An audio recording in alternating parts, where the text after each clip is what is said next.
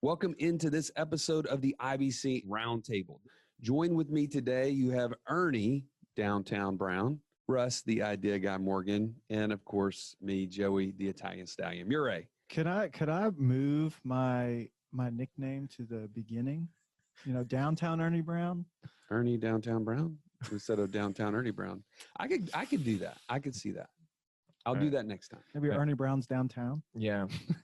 we could redo this over and over. This intro is going to be bad. So we're going to jump into this because I don't want to waste any more time because the topic today is about hesitations. And I don't want to be hesitating. I want to get to it. I want to dive in. Don't hold back. And it wouldn't be a proper episode if we didn't say dive in. So let's do it.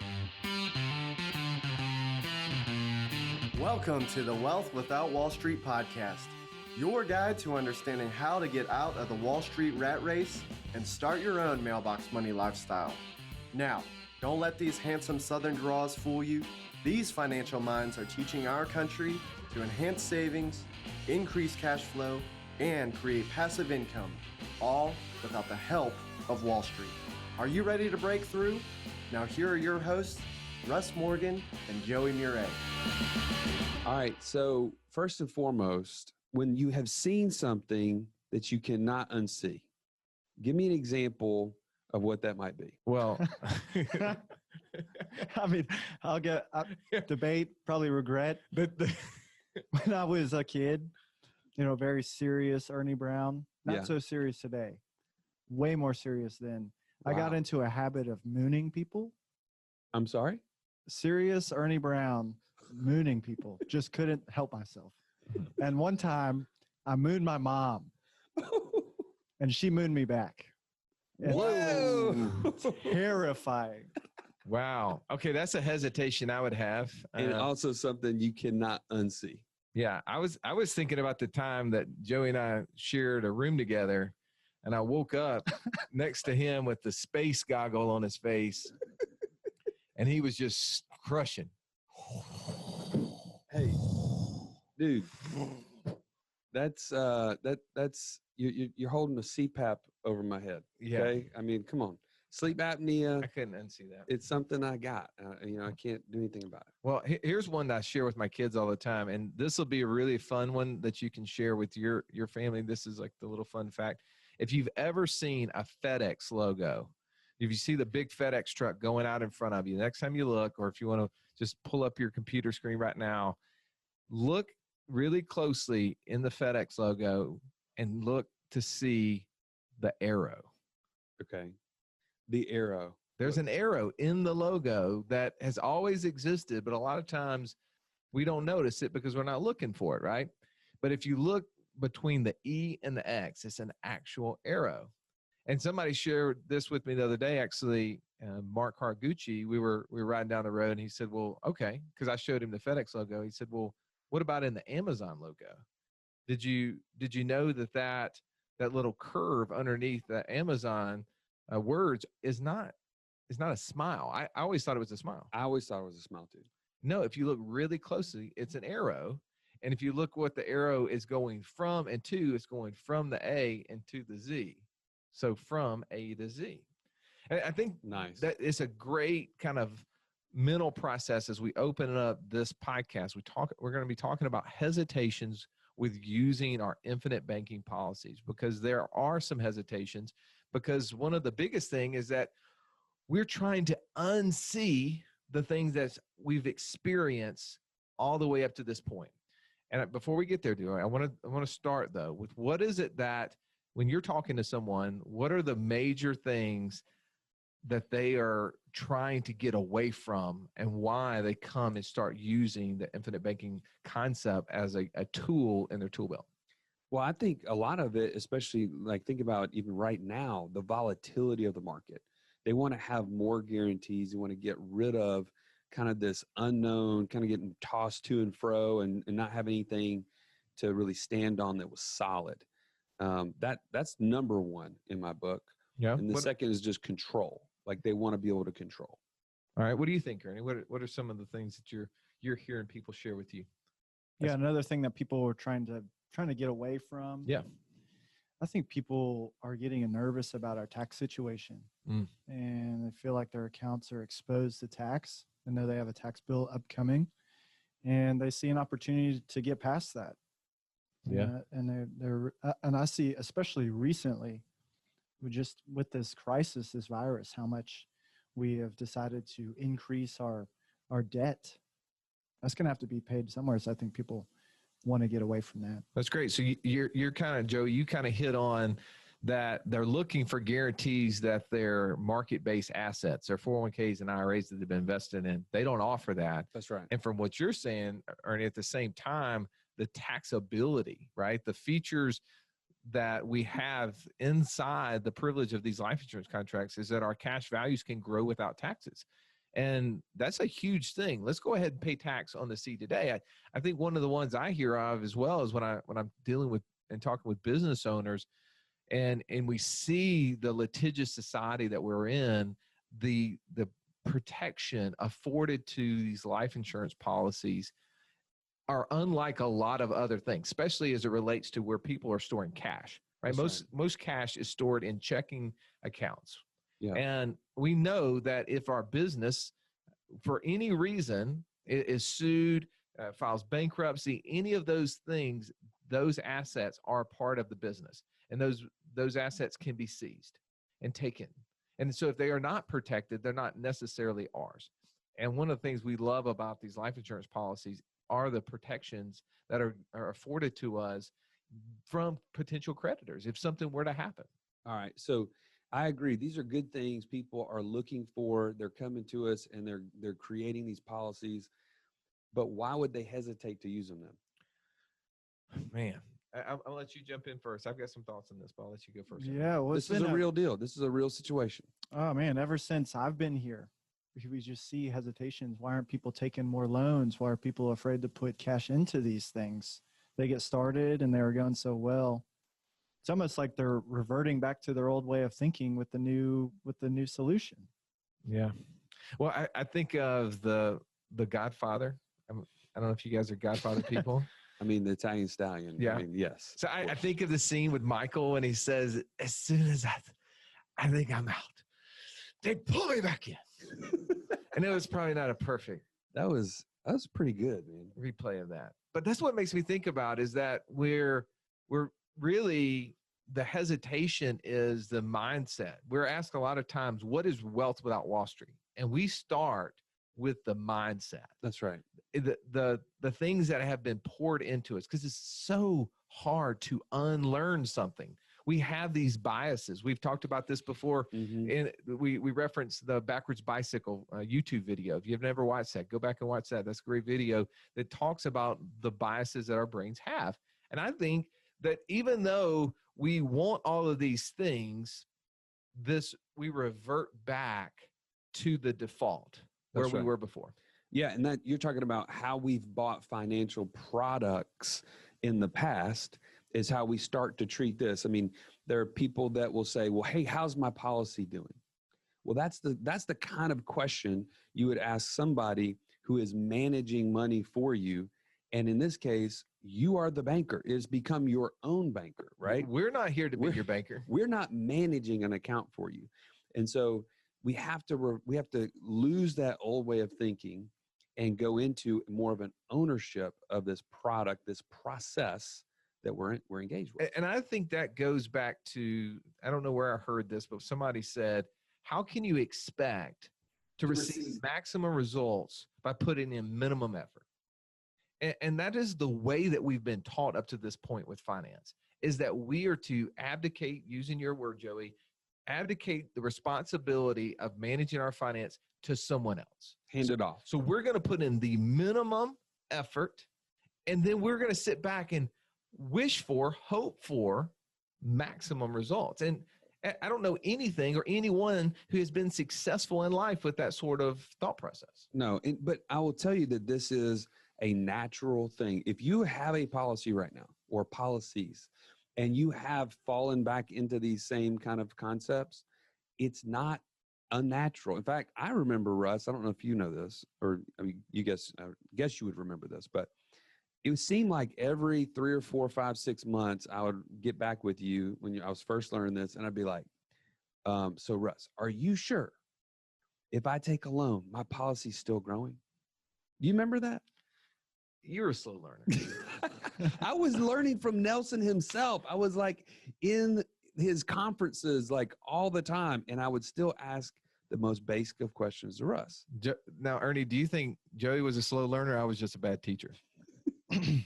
Yes. Well, totally disregarding that question. We just had a guy who's had a policy with us for about 7 years leave. And I was like, hey, we're about to go have this time. We're going to be talking about hesitations of using policies. For example, when you take policy loans, you ever feel like you're getting behind? And he was like, oh, I used to. Yeah. And then we're talking about what we were talking about today. And he said the same thing that Joey just said. Then I'd go back to the seminar back in those days, listen to Nelson, relearn this stuff, get my confidence back up. And now, man, this guy, that's the last thing he's concerned about. It's the last thing you're concerned about, Joey. That's right. But it had to be overcome. Well, I think what we're talking about is that we are treating this like a magic pill. This is the thing, the product that's going to get us there. And sometimes we have people that reach out to us, and they're looking for the thing. Yeah. They so desperately want a plan, and they're hoping that this is the thing. And as we keep saying, this is just the means. This isn't the end. And it took us a while, right? I mean, you and I worked for a company where this was our focus, helping people set up whole life insurance policies, dividend paying whole life insurance policies, just the way Nelson Nash talks about in his book, Becoming Your Own Banker. But still, even doing that for 5 years, we still didn't have just a glimmer of what it was actually going to do. Right, the full picture, where we were actually headed in that whole time. Yeah. We had to learn that. This has been a journey for us too.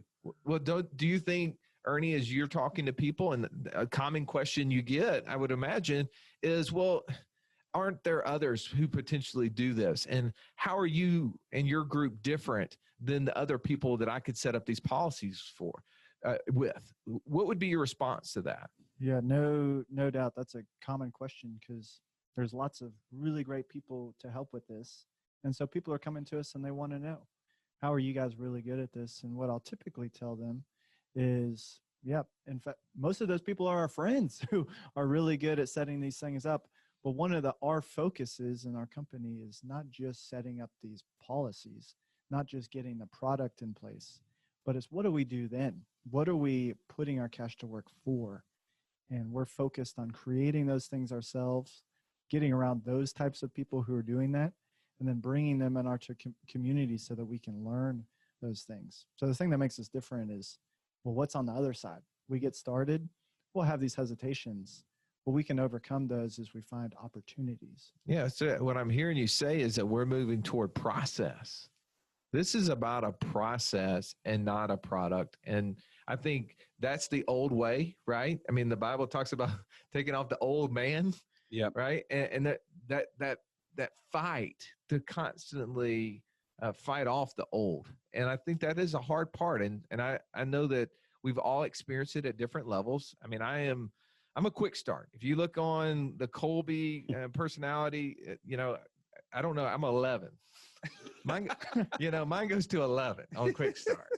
And so maybe I don't have hesitations like others in that regard, but I know that that's a common thing that we're experiencing. But shouldn't there be a way for us to get out of that, Joey? Out of what? Out of this hesitation. Shouldn't there be a system or a process that allows us to break free? Yes. And I think, we were just talking about what's kind of our differentiator, and Ernie did a great job explaining that. But I think one of the things, you're listening to this right now because you are a part of our differentiator. And that is this community, right? You cannot teach a mindset unless you are surrounded by like-minded people. And so you listening right now, you're a part of making us all better. And you being a part in hearing others is going to make you stay grounded because you're constantly bombarded with marketing messages from Wall Street, marketing messages from your HR person who means well, right? Your HR person means well. They think they're helping you by saying, get this 401k in place, make sure you make your decision here. And, I don't know about this whole CARES Act thing. Let's hold off on that, right? You said that and it just made me think of something. So earlier today, I had a Wall Street advisor in my office. What? Yeah. Did I approve this? and a friend, and he came and visited with me, and he is in the process of transitioning out of his Wall Street advisory role to actually start his own business. Now, a business completely away from the banking or financial world. But one of the funny things, we were sitting there talking, and I don't know if it was the discussion of our kids and hoping that they'll be entrepreneurial or where it came from. But he said to me, just kind of confessing, he said, the other day I was sitting there with a client, and the person is like giving over, 7 figures to our company to manage. And he said, in the back of my mind, I'm asking myself, why is she doing this? Because it's not like I have a high net worth. I don't have this kind of money. I don't make tons of money. Why is she handing me over this? He was really like, you could just see the wheels. And it was one of the reasons why he wanted out, because he just knows the pressure to be in that world and to perform in an environment that's really out of his control. That to me is pretty shocking. And I think that I just know that where we are in this hesitation and moving towards something that we want, we're going to have this pullback from time to time. And there's different ways. Ernie, whenever you first started your policies, did you experience any sort of hesitations at all with how to use your policies or when to use them?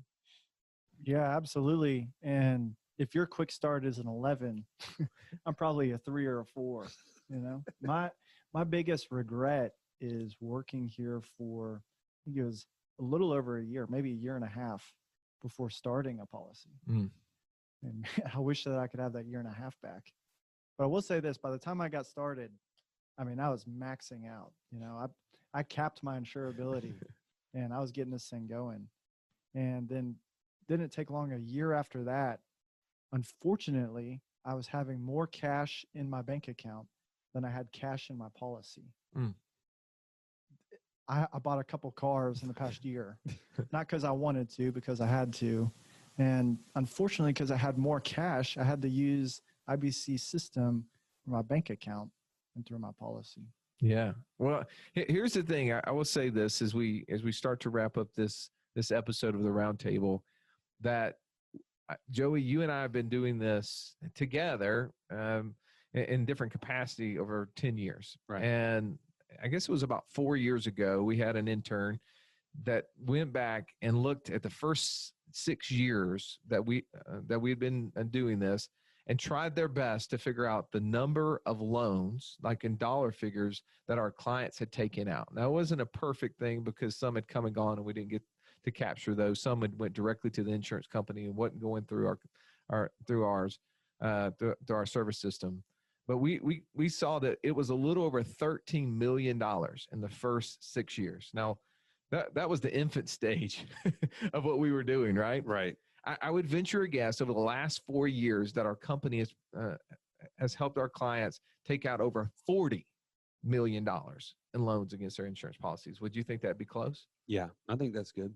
To me, that helps us know that people are getting over that hump.